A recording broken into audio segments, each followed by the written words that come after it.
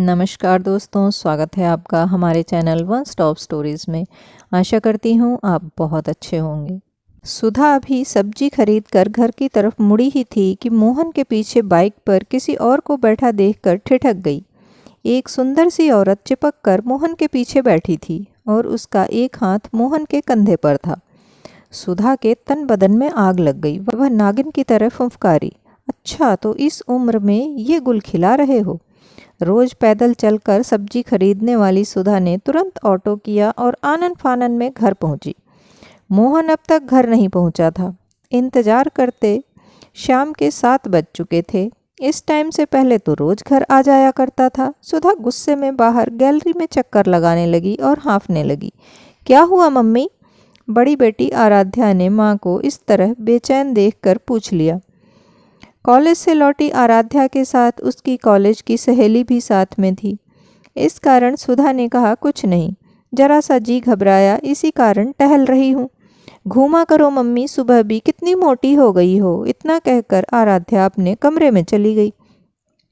मोटी मोटी शब्द वैसे तो बच्चे बहुत बार सुधा के लिए इस्तेमाल कर लेते थे, मगर आज ये शब्द भी सुधा को जैसे तीर की तरह चुभ रहा था। वह अंदर कमरे में जाकर आईने के सामने खड़ी हो गई। खुद को आज बहुत गौर से देखने लगी और सोचने लगी, सचमुच वह बहुत मोटी हो गई है। कमर और पेट की चर्बी को दबा दबा कर देखने लगी। फूलते हुए गालों में भागती हुई उम्र को तलाश करने लगी। उसे एहसास हुआ कि जैसे कोई 35 की उम्र में वो 50 की नज़र आने लगी है।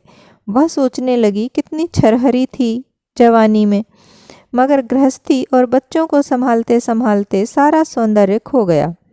ओह, तो इसीलिए मोहन का मन भर गया, तभी तो वो कल मुही चिपक कर बैठी थी। मोहन तो आज भी 40 से ऊपर की उम्र में भी हैंडसम है। फांस लिया उसने मेरे भोले भाले पति को। हे भगवान, अब क्या करूं?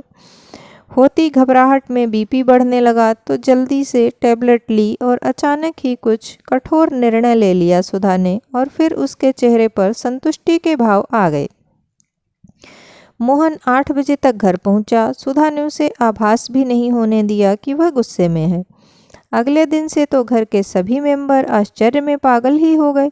सुधा ने एक्सरसाइज शुरू कर दी थी। 7 बजे उठने वाली सुबह 4 बजे उठकर कपालभाति, प्राणायाम, सूर्य नमस्कार और भी वे सभी योगासन और एक्सरसाइज जो रात भर नेट पर खोज की थी, सभी को बारी बारी से वह कर रही थी। घंटे भर की हाड़ तोड़ मेहनत के बाद वह पलंग पर आकर पसर गई। हाथ पैर सहित पूरा शरीर दुखने लगा था। कुछ देर में बुखार ने ऐसा जोर पकड़ा कि शरीर भी सूजने लगा। हालत गंभीर होते देख बड़ी बेटी आराध्या ने पिता मोहन को फ़ोन किया और सुधा को लेकर परिवार वाले हॉस्पिटल भागे। हालत खराब देखकर डॉक्टरों ने तुरंत सुधा को एडमिट कर दिया। सभी घर वाले सुधा को डांट रहे थे कि क्या ज़रूरत थी एक साथ इतना सब करने की। बेचारी सुधा अब कहे भी तो क्या कहे। कैसे कहे कि मोहन बदल गया, उसका प्यार, उसकी खुशी, उसका संसार, उसका पति अब किसी जवान स्लिम सी लड़की के साथ अफेयर। कैसे बताए कि इस घर में अब उसकी सौतन आने वाली है।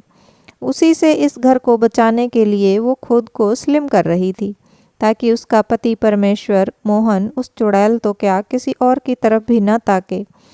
इधर मोहन भी ऑफिस से छुट्टी लेकर अस्पताल आ गया था, लेकिन उसने सुधा को जरा भी नहीं डांटा। सब घर के लोग धीरे धीरे वापस चले गए। बस मोहन और सुधा ही बचे थे अस्पताल में। तब मोहन ने पूछा, परेशान दिख रही हो कल रात से ही, क्या बात है? सुधा ने कोई जवाब नहीं दिया, बस मुंह फेर लिया। शरीर अब भी तवे की तरह तप रहा था सुधा का। मोहन ने कोई बहस नहीं की। वह ठंडी पट्टी बार बार उसके माथे पर रखता रहा। यह सिलसिला रात भर चला। इसके चलते एक पल भी नहीं सोया। सुधा भी दर्द और बुखार में बेहोश सी रही पूरी रात। डॉक्टरों ने कहा कि इनका बीपी कंट्रोल नहीं हो रहा। अगर यही हालत रही तो फेफड़ों और हार्ट को खतरा है। फिर वह सुंदर औरत भी उससे मिलने आई और उसे देखकर सुधा ने मुंह फेर लिया। तब मोहन ने परिचय कराया, अरे सुधा, इधर देखो, ये सोनिया दीदी हैं। इनका कई बार तुम्हारे सामने जिक्र भी कर चुका हूँ। 2 दिन पहले ही इनका ट्रांसफ़र मेरे ऑफिस में हुआ है। कल दीदी ने ज्वाइन किया है। कल ही सामान भी शिफ्ट किया हमारे पास वाली कॉलोनी में। शाम को चाय पर बुलाया था दीदी ने हमें परिवार सहित, मगर तुम्हारी तबीयत खराब हो गई। सुधा तो यह सुनकर शर्म के मारे जैसे धरती में समा गई। उफ, कितनी पागल और मूर्ख हूँ मैं, अपने देवता जैसे पति पर शक किया। उसने नज़र झुकाए ही सोनिया दीदी से नमस्कार किया। फिर तो जैसे चमत्कार हो गया, अगले 10 मिनट में उसका बीपी नॉर्मल हो गया, बुखार भी उतर गया। दवाई जो मिल गई थी, बस दर्द बचा था जो धीरे धीरे ठीक होने वाला था।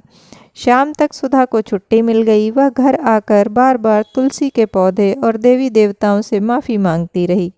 पगली कहीं की। उम्मीद करती हूँ आज की ये छोटी सी कहानी आपको पसंद आई होगी। पसंद आई हो तो लाइक, कमेंट एंड शेयर कर दें।